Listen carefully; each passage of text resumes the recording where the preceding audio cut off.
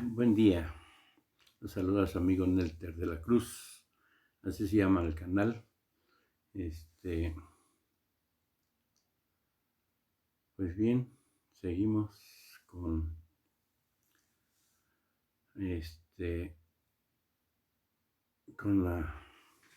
con esta conferencia de prensa de Andrés Manuel López Obrador. Dice que con aplausos Morena festeja ahora sí la eliminación de 109 fideicomisos. Envía dictamen al Senado. 109, de los 109 son 90 del CONACYT. Vamos a ver. Una mujer.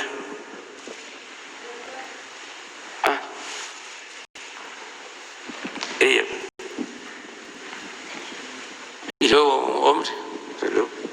Buenos días, presidente. Diana Benítez, de Diario 24 Horas. Quisiera saber su opinión.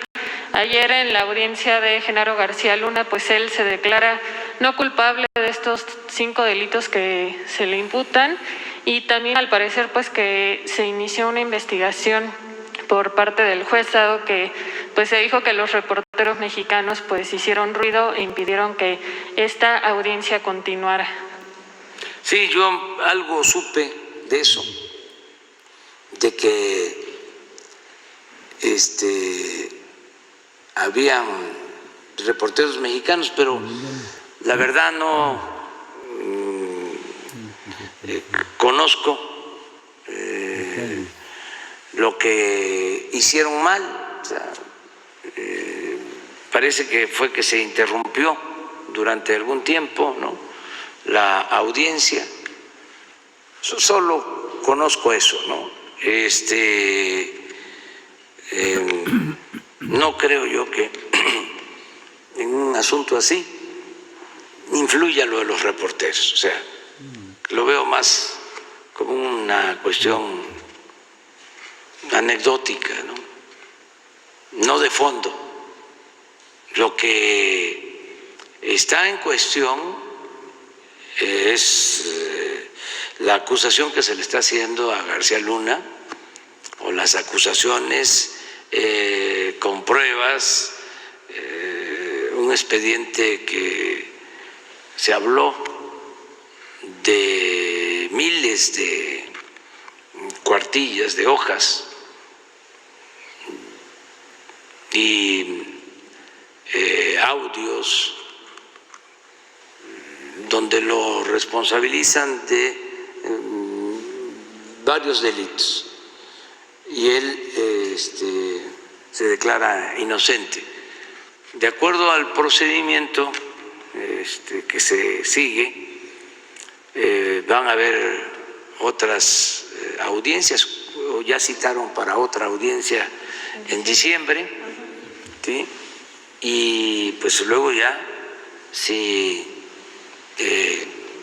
se continúa con el juicio y él sigue sosteniendo que es inocente, pues ya viene pues un fallo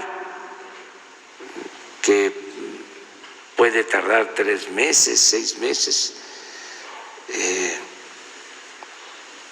Ya se le puede declarar culpable con una pena, que eso pues va a depender de los elementos de prueba y de lo que decidan los jueces. La información que ha aportado el gobierno de México a través de la Unidad de Inteligencia Financiera, ¿cree que son elementos suficientes para este caso? Sí, creo que la Fiscalía, más que nada, es la que tiene comunicación con las autoridades de Estados Unidos en este caso. Inteligencia Financiera pues aporta información a la Fiscalía, y la relación es entre la Fiscalía y las autoridades de Estados Unidos, básicamente. Entonces vamos a esperarnos, no hay que adelantar nada. es un asunto, pues sí, muy importante. Desgraciadamente nunca se había juzgado así en Estados Unidos a una autoridad mexicana de ese nivel, secretario de Seguridad en un gobierno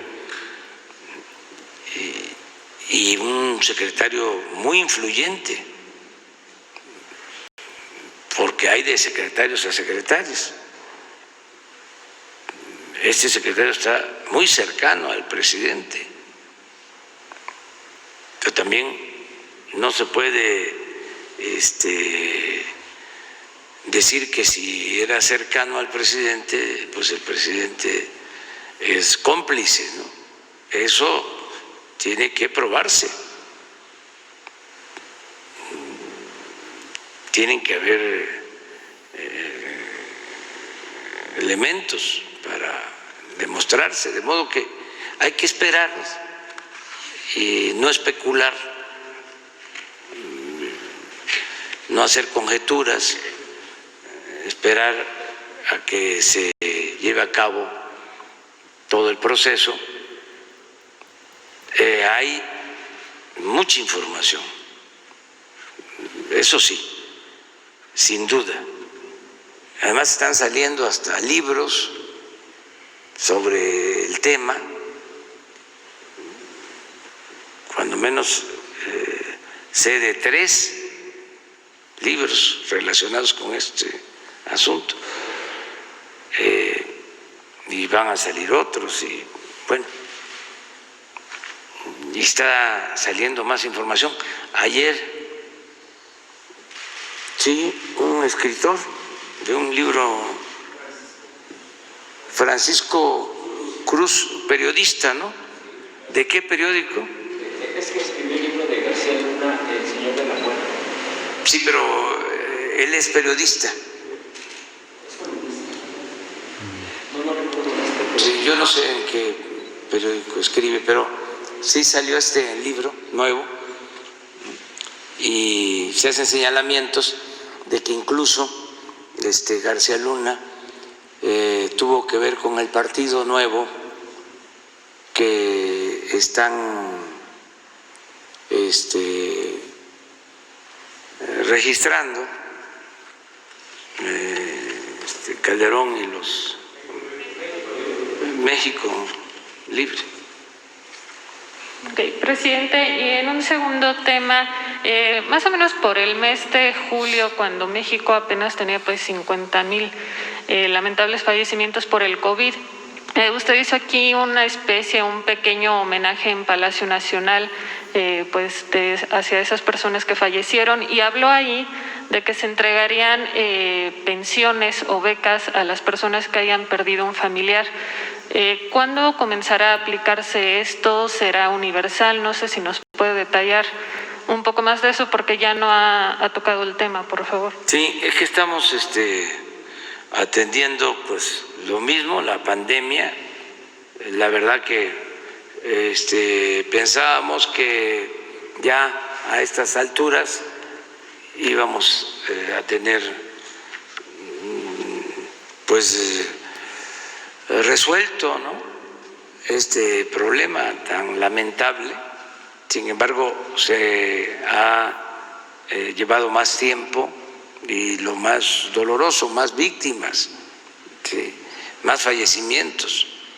Entonces vamos a esperar y sí se va a actuar conforme lo que dijimos. Vamos a ayudar a familiares.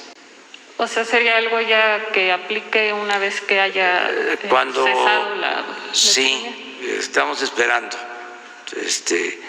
que se reduzca menos, digo, que haya cada vez menos contagios y sobre todo fallecimientos, que ya tengamos más estados en semáforos verde.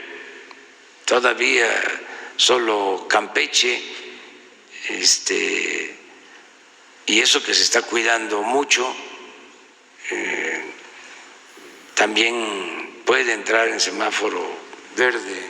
Chiapas, en todos los estados hay una disminución, afortunadamente, en todos. O sea, está cediendo la pandemia, ¿no? Pero todavía no podemos decir que ya estamos libres, al contrario, todavía sabemos de amigos y de familiares y tenemos que seguirnos cuidando. Pero para tu pregunta, decir, más adelante vamos a resolver. Ok, presidente, y finalmente le voy a hacer una tercera pregunta. En días pasados, en Diario 24 Horas, publicamos un tema respecto de que en su administración se han otorgado hasta 10 contratos a una misma proveedora, es Yasmín Adriana Bolaños López. Prácticamente son contratos para realizar sus eventos como el Día del Ejército, los gritos de independencia. El área de comunicación social pues ya nos dijo que, por ejemplo, respecto de estos eventos para la organización del grito, pues es adjudicación directa por un asunto de seguridad nacional y pues que aún así el costo de la organización del grito ha sido más barato que en otras administraciones. Sin embargo, entre estos 10 contratos pues se le han otorgado más de 40 millones de pesos a esta proveedora. Y bueno, si consideramos que también es contratada en el gobierno de la Ciudad de México y otros gobiernos locales morenistas, pues tiene más de 60 millones de pesos en contratos. ¿Por qué adjudicar de forma directa siempre a Yasmín Adriana Bolaños? ¿Cómo garantizan que dé los precios más bajos? Y preguntarle si usted la conoce. Pues no la conozco, no tengo el gusto de conocerla. Y sobre por qué se le entregan a ella los contratos, pues a ver si se da un informe, ¿no? Ya se entregó un informe, pero te entregamos todo el informe, ¿no? Entonces, ¿no sería una especie de proveedora contratista del presidente? No, aquí no hay predilectos, no hay hijos predilectos del régimen. No es como antes, no existe eso. Nosotros tenemos principios, o sea, no podríamos estar diciendo, a ver, darle un contrato aquí a, ¿cómo se llama la señora? Yasmín A Adriana Yasmín, sí. Bolaños López. Sí, no tengo el gusto de conocerla, pero sí es cosa de que se dé el informe completo. Sí. Debe de haber alguna razón, tiene que haber una justificación para entregar estos contratos, a ver cuál es. Y ofrecemos que te entregamos toda la información. Gracias, presidente.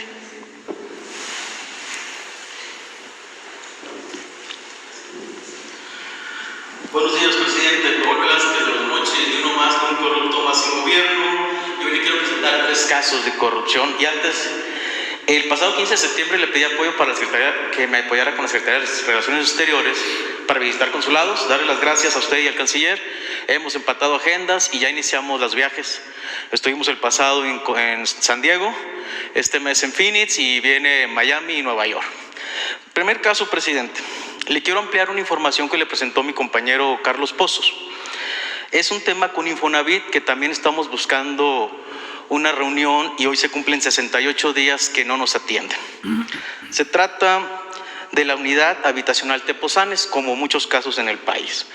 Esta unidad, de 1993 al 96, el Infonavit adjudicó 2.056 casas. 2 años después, en el 98, hubo un primer hundimiento, pero el temblor de septiembre del 17 generó el miedo masivo al salir, literalmente, en cuanto se abren la puerta, se encuentran con un socavón hasta de 3 o 5 metros. Han puesto puentes, pues así que más con el riesgo de que niños, adultos mayores, débiles visuales, caigan en cualquier momento. El problema es que en ese momento el gobierno del Estado de México metió a la gente al programa Enseres, que da 10,000 pesos a los afectados. Lo curioso es que los cheques de HSBC no eran cobrables, se depositaban y se les pedía que en 6 meses regresaran a ver si estaba el dinero. Ese dinero nunca llegó a los afectados. La compañía de seguros Atlas, violando la ley junto con el Infonavit de esa administración. La ley marca que en estos casos se debe preguntar al afectado si quieren una indemnización para que ellos busquen casa o que sean reubicados en otra unidad. Violó la ley y entregó la nada despreciable cantidad de 2.870 millones de pesos en un cheque al Infonavit.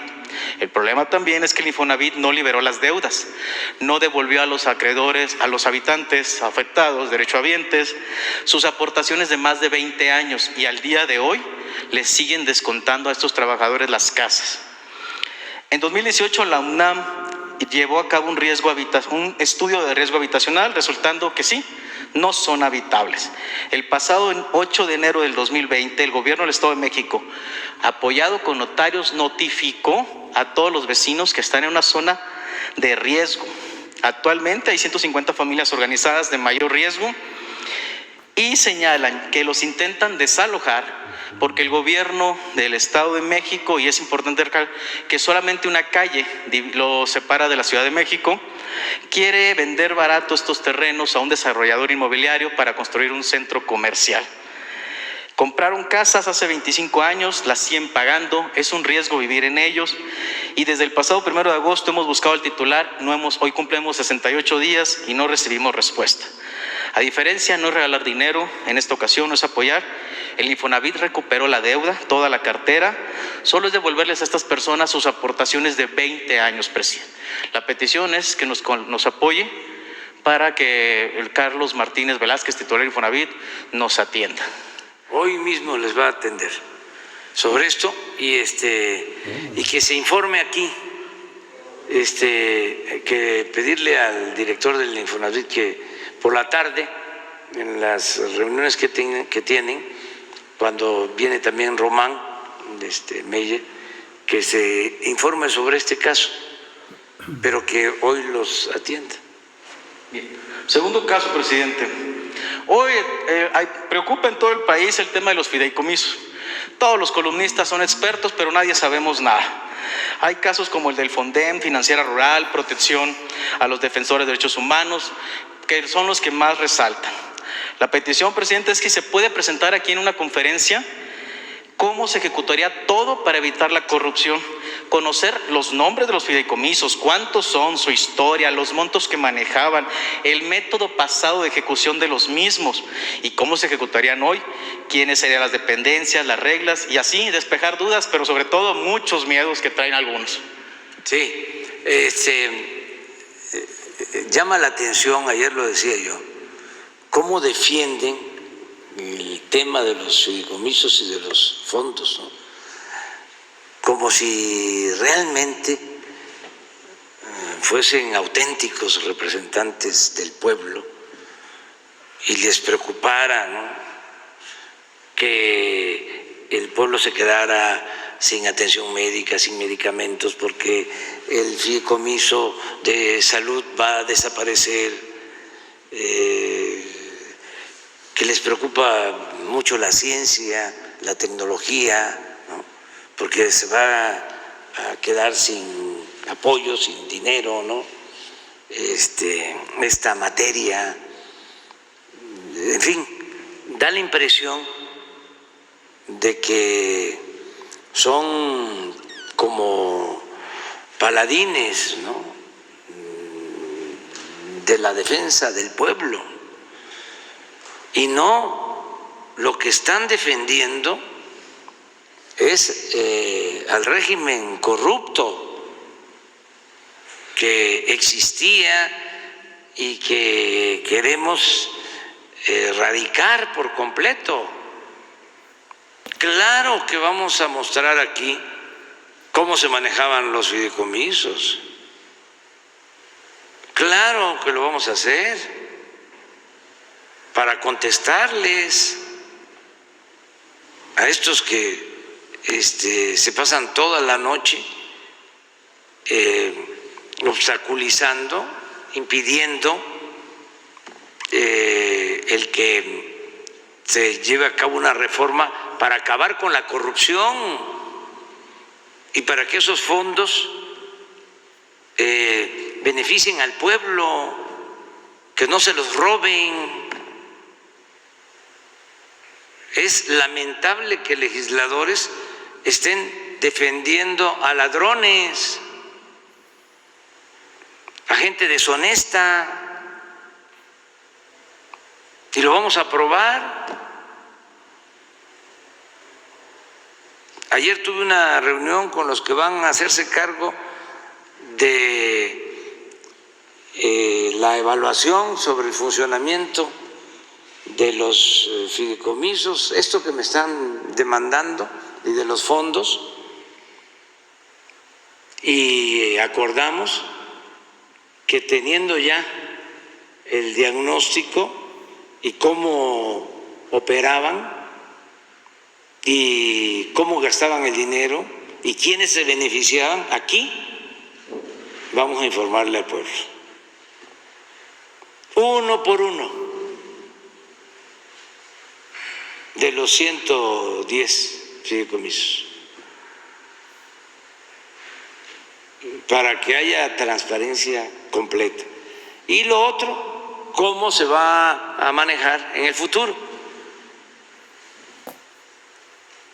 Porque sí llama mucho la atención. ¿Habrá denuncias? Si hay elementos, sí. Si hay pruebas, sí. Nada más en CONACYT, 90 fideicomisos.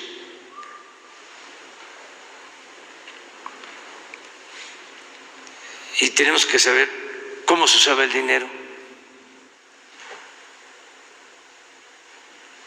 Y había muchísimo dinero que se transfería a grandes empresas.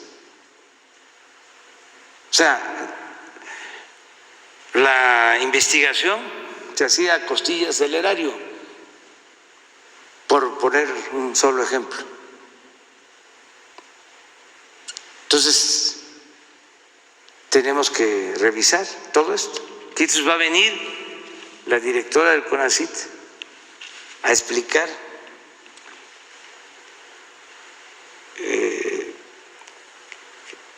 cómo funcionaba cada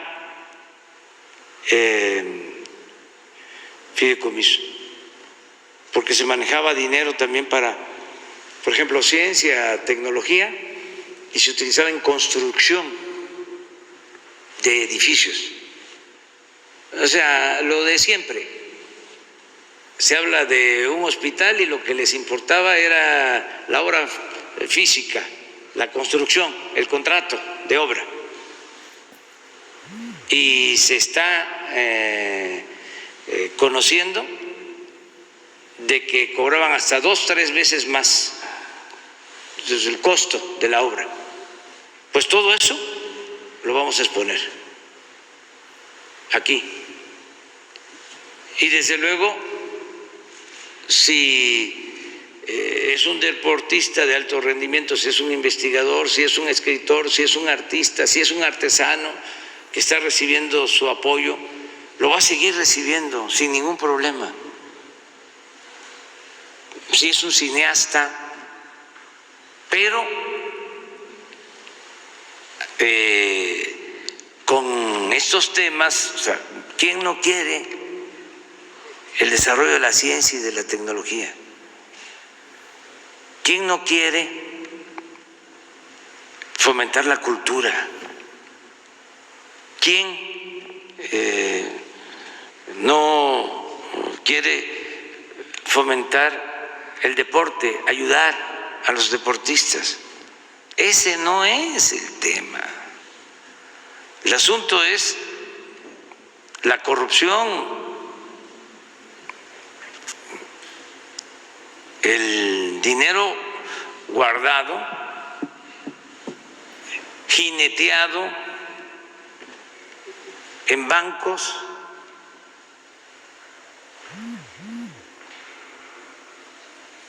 hay muchos intereses en todo esto. recursos, por ejemplo, para el fomento de energías no renovables, mejor dicho, renovables, energías limpias, que se tienen a partir de destinar un porcentaje aparentemente mínimo por la venta de crudo, pero estamos hablando de cantidades considerables, sin control, sin transparencia. Entonces sí vamos a atender el asunto como tú lo planteas así. Yo considero que en 10 días ya les tenemos todo el informe al pueblo, que es lo que más me importa, que la gente conozca esto. O sea, ustedes creen de que la gente sabía de que existen estos 109 fideicomisos. Nadie sabía de eso. Entonces son temas muy interesantes porque estamos hablando de miles de millones de pesos. Y me llamaba la atención un cartel ahí en la Cámara, dice: nos están expropiando el dinero. Pues si es dinero del pueblo, ¿quién va a manejar ese dinero? Hacienda. Entonces, los fideicomisos eran independientes, autónomos, no tenían que ver con el gobierno, no tenían que ver con la hacienda pública. Pues claro que sí. Yo recuerdo que cuando ya todo indicaba que íbamos a ganar en el 2006, el secretario de Hacienda de entonces, Gil Díaz, propuso de que el SAT se volviera autónomo, como el Banco de México, porque como yo iba a ganar, y ganamos, nada más que nos robaron, como me dijo un campesino: ganaste, pero no saliste.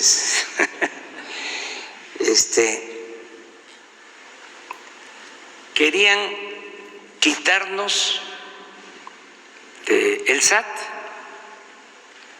porque ahí está lo del cobro de los impuestos y estaban los privilegios de la condonación de los impuestos, de que no pagaran los de arriba, los acuerdos cupulares, y querían que el SAT fuese como el Banco de México, autónomo. Entonces, ¿cómo se iba a quedar el presidente? Como florero, como adorno. Es lo mismo de estos fideicomisos y de los organismos autónomos. Ahora me doy cuenta de que inclusive legisladores de Morena presentan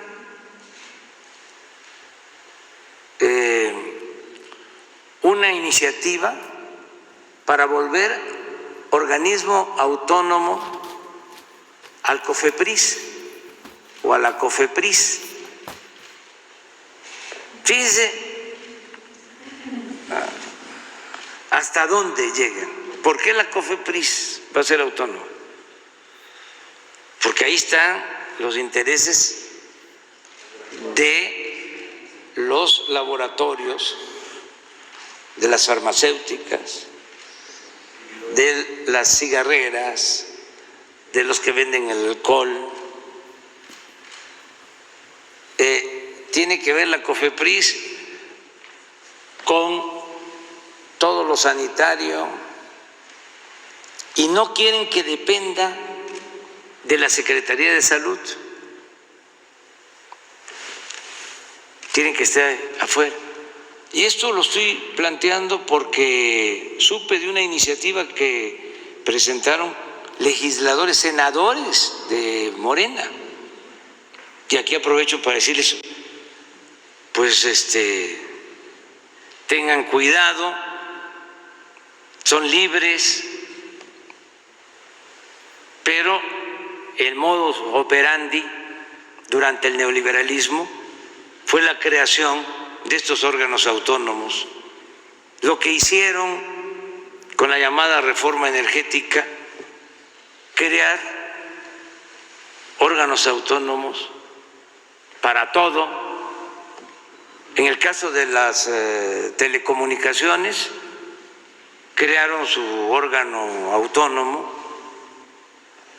no tiene autoridad la Secretaría de Comunicaciones. Quien realmente manda y otorga los permisos y decide es un organismo de telecomunicaciones autónomo. Y así pulverizaron completamente la responsabilidad del gobierno para que los intereses de grupos predominaran. Entonces estoy aprovechando para mandar este aviso a los legisladores, porque no sé qué les dijeron,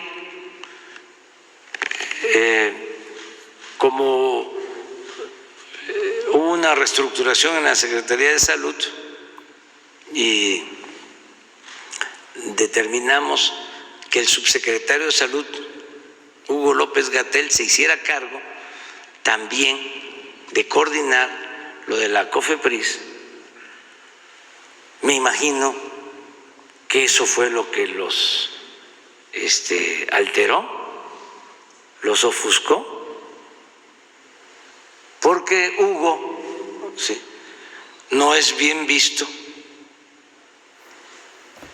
por los que se sienten afectados con el etiquetado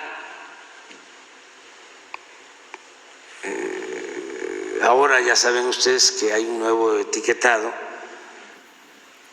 y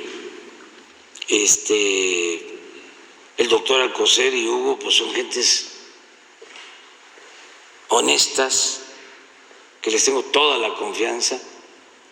Entonces ya no puede haber ahí tranzas. ¿Quiénes estaban antes ahí? Se los dejo de tarea. Manejando la COFEPRIS. Entonces tengo que estar ahora sí que a las vivas, porque si no se nos cuelan y todavía no terminamos de renovar el gobierno. Hay mucha gente enquistada con otras ideas y con otras concepciones y con mañas. Se quedaron en el almanaque, porque como siempre lo digo, son 36 años de una política. Entonces no termina lo viejo de morir y no termina lo nuevo de nacer. Estamos en la transición, pero no me voy a dar por vencido. Soy muy perseverante. La COFEPRIS se va a limpiar como se limpió hace poquito la Conagua, que era otra cosa. Igual. Y así tenemos que ir limpiando el gobierno y sobre todo cuidando el presupuesto, que es dinero del pueblo. Y no estamos, desde luego, en contra del deporte, o de la ciencia, o de la cultura, nada de eso. Al contrario, es para que haya más recursos, pero que no haya privilegios. Eso es básicamente. Por último, presidente, usted en varias ocasiones ha dicho que quien aspire a un cargo de elección no debe usar el aparato gubernamental. Algo mencionaba el día de ayer ante la pregunta de Querétaro. Le voy a hablar de Sinaloa. El pasado lunes 21 de septiembre, el aspirante a dirigir el partido que usted fundó se reunió con senadores, diputados federales, locales, alcaldes, regidores, la gran foto, y aunque puede ser legal, sí es inmoral. Para Sinaloa es preocupante que un personaje como Mario Delgado llegue. Se ha rodeado de los priistas que más daño le han hecho a la historia. Pues ellos aseguran que tienen las candidaturas en la bolsa, y tenemos el ejemplo para gobernador, el expriista, expanista, exfundador hasta hace unos meses del que no logró registro de redes sociales progresistas, exsecretario general de gobierno con Maloba y saqueador del estado Gerardo Vargas Landeros. Otro caso, Manuel Guillermo Chapman Moreno, actual alcalde de mi municipio, que le pone la pistola al que opine diferente que él, también está buscando el fuero y asegura tenerlo. Son delincuentes que dicen hoy ser de Morena, buscando el fuero y la protección a base del dinero robado de los ciudadanos y comprando conciencias. Hoy Morena es el líder en todas las encuestas, y si la oposición se uniera en un tocón, todos unidos contra Morena, le harían lo mismo que el viento a Juárez. La pregunta, presidente, ¿acaso es esto lo que usted deseaba para el proyecto que tanto esfuerzo le costó? ¿Son ellos, estos personajes a los que usted se refería en campaña del 2018 cuando decía que podrían y vendrían los Judas? Morena necesita de su padre fundador y líder, que es usted. Y si los Judas se siguen metiendo, el crucificado será una vez más el pueblo. Presidente, usted no le gusta responder como presidente, yo le pido que se retire la investidura y me responda como el fundador y el ciudadano. ¿No? Ahora no voy a quitar la investidura. Ahora no la pongo en la ¿Es acaso lo que usted deseó hace años para el proyecto? ¿Su esfuerzo que termine en esto en ruinas? Gracias. No, mire, yo le tengo mucha confianza al pueblo en general, no solo a los militantes de Morena. Le creo mucho al pueblo, le tengo fe al pueblo. Y siempre el pueblo me ha sacado adelante en momentos difíciles. El pueblo, como siempre lo digo, es mucha pieza. Entonces, los dirigentes son una cosa y el pueblo es otra. Y afortunadamente ahora estamos viviendo un proceso de cambio, una revolución de las conciencias, un cambio de mentalidad. Y el pueblo está más consciente que nunca, nunca en la historia de México, y lo puedo probar, había tanta gente consciente, o ha habido tanta gente consciente como ahora. Nunca. Les diría que ni en la independencia, ni en la reforma, ni en la revolución, porque además de que era menos población, siempre el movimiento de independencia fue un movimiento de vanguardia, no fue todo el pueblo, no fue todo el pueblo. El movimiento de reforma fue como un milagro, fue una obra política magistral de Juárez y de los liberales, porque eran una minoría. Imagínense lo que fue enfrentar en ese entonces al clero,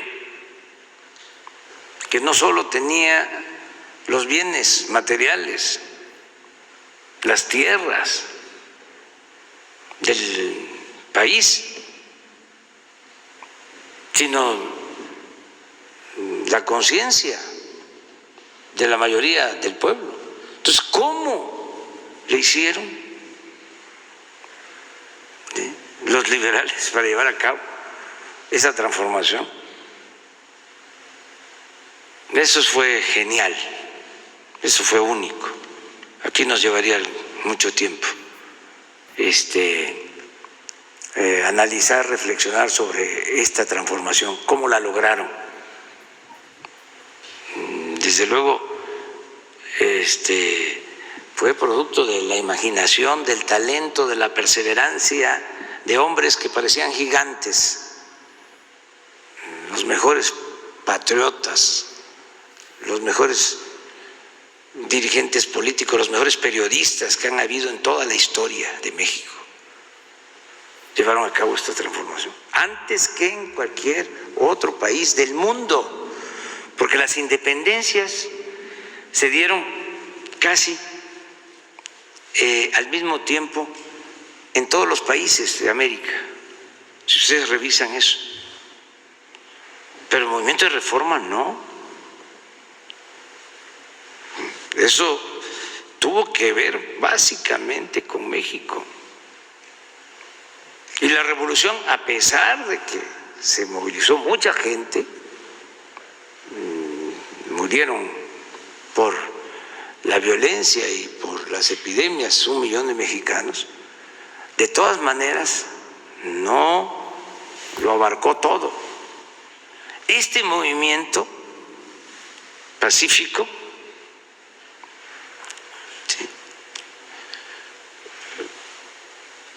ha cambiado la mentalidad de millones de mexicanos. México es de los países del mundo con un pueblo más despierto, más consciente que otros pueblos, que otras naciones. Lo que está pasando en nuestro país. Antes se ponía de ejemplo lo que sucedía en el extranjero, ¿no?, sobre los cambios. Y ahora es evidente que México es ejemplo. Bueno, hasta se ocupan de nosotros. El Washington Post y el New York Times y el Financial Times y el Wall Street Journal, y todos están porque están pasando cosas interesantes. Estamos viviendo un momento estelar en la historia de México. Entonces, yo le tengo confianza a eso, al pueblo. Puede ser que haya políticos oportunistas, sin ideales, sin principios, hipócritas, pero esos no van a tener éxito, porque la gente va a saber, sabe a quién apoyar, a quién respaldar. Ya cambió esto completamente. Y sí, en el caso de todos los partidos, y en general, lo mejor es que haya democracia. Y en la elección de candidatos, si no se pueden resolver los vicios del acarreo y de la compra de votos y de la falta de responsabilidad política de dirigentes, ahí están las encuestas. Ese es un método también democrático. Y si se hacen bien, si la muestra está bien diseñada, es un ejercicio matemático, estadístico, casi exacto. Si se hace bien. Ahora, si la hacen como las encuestas cuchareadas, pues Es más, ni las hacen. Pero si se aplica bien, una muestra a nivel nacional de 1.200 cuestionarios refleja lo que piensa la gente. 1.200 cuestionarios, bien hecha la muestra. Eso está probado técnica, científicamente. Entonces, si no se puede, porque hay acarreos, los vicios de la compra del voto, la entrega de las despensas, los acuerdos de que voten de otras organizaciones, de otros partidos, solo porque ya se hizo un enjuague, ¿no?, arriba en la cúpula. Entonces, la encuesta, ahí no hay problema. Yo fui dirigente mucho tiempo de partidos, de dos, y no hubo ningún problema en la elección de candidatos por encuesta. Es más, cuando fui la segunda vez candidato a la presidencia, fue una encuesta con Marcelo y nos pusimos de acuerdo. A ver, me acuerdo que fueron 2 o 3 encuestadoras. Se definieron las preguntas y a ver quién va. Y salí adelante, y él salió también muy bien posicionado, pero salí arriba, y él con mucha responsabilidad aceptó.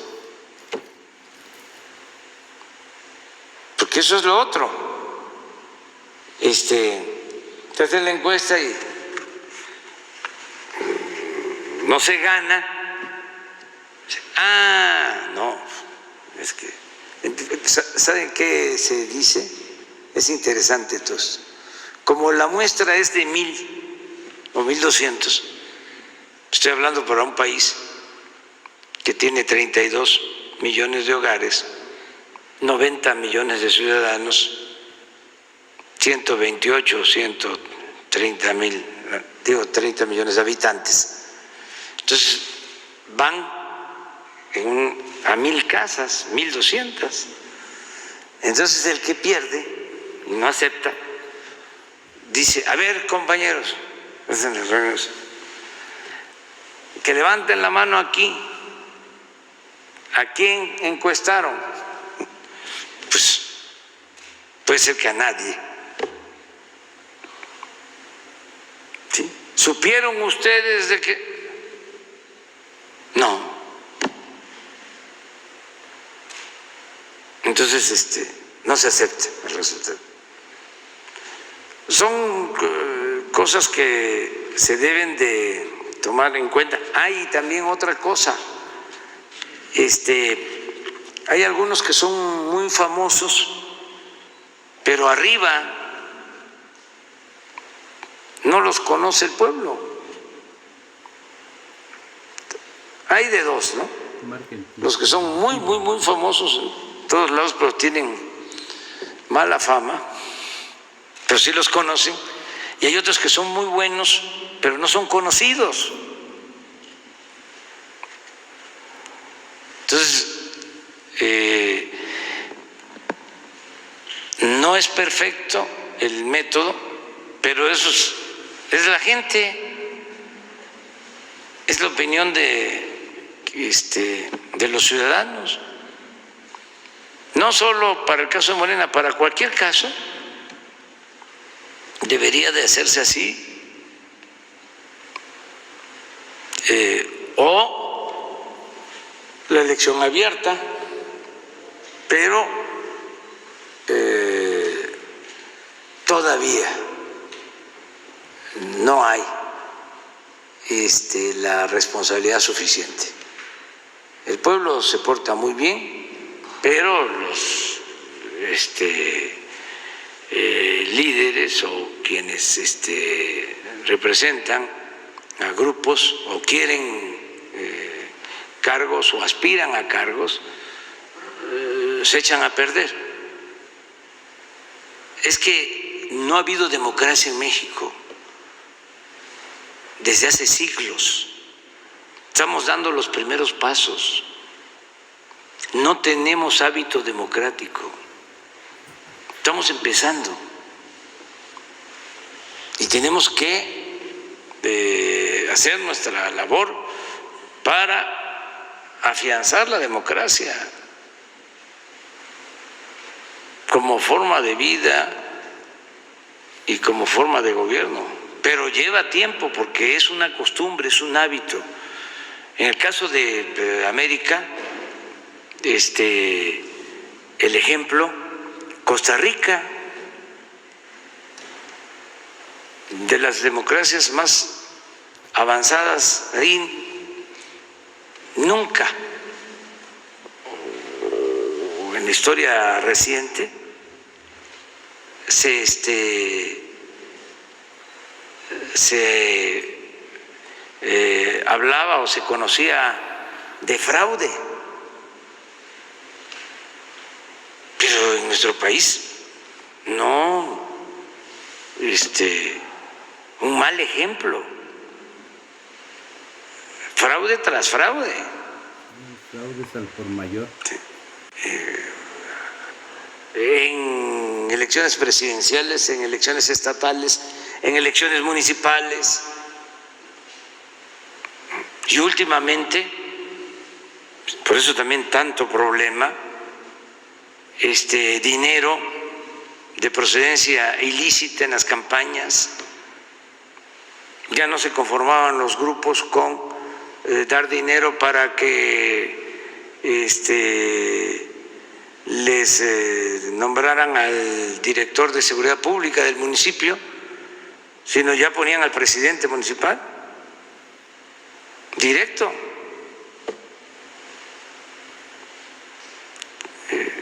Y eso avanzó mucho. Habían estados, afortunadamente ya no sucede, o ya no veo que esto esté sucediendo, pero habían estados en donde pasaba la elección y el jefe del cártel que dominaba en el estado o en la región los mandaba a buscar a los que ganaban al día siguiente o a los 2 días, y llegaban 20 o 30 presidentes municipales recién electos. Ya les decía, aquí se va a trabajar así.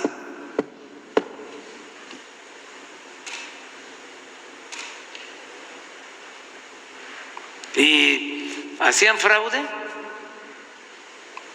y era evidente el fraude, y el que perdía era amenazado. Si impugnas, atente a las consecuencias. A veces se le iba a decir al que perdía: oye, hay que presentar el recurso para que se revise la elección, se anule la elección, que hubo fraude, rellenaron las urnas, hay más boletas que electores. Y como ya lo habían amenazado, hasta desaparecía, no se le encontraba,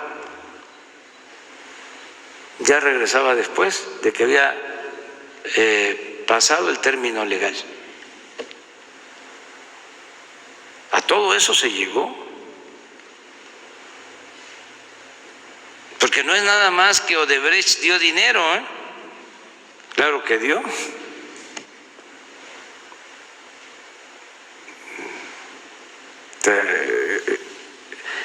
Una descomposición general Entonces yo no sé cómo se defiende el regreso a ese régimen. Los que se dicen demócratas, al final de cuentas, es muy de conveniencia, ¿no? Si es en mi beneficio, quiero la democracia. Si no es en mi beneficio, no quiero la democracia. Son muy falsarios, no son auténticos demócratas. Y aquí incluyo a los intelectuales orgánicos, periodistas, articulistas, analistas políticos, que nunca les importó lo del fraude. Yo recuerdo cuando nos robaron la presidencia, manifiestos de todos los intelectuales orgánicos respaldando el fraude, manifestando de que no había fraude. En vez de pedir que se revisaran las elecciones, el voto por voto, casilla por casilla, ellos diciendo no, cuando la diferencia supuesta fue de medio punto. Creo que en ese entonces, no sé si en Costa Rica, en algún país, hubo también una elección cerrada, ni tan cerrada como esta, no era de medio punto, sino era de un punto, y contaron todo, los votos. ¿Sí? Y se le dio el triunfo al que en efecto desde el principio había ganado. Eso era lo que planteábamos nosotros, que se contaran los votos. No quisieron. Y respaldaron esto los intelectuales orgánicos, demócratas, entre comillas. Muy bien.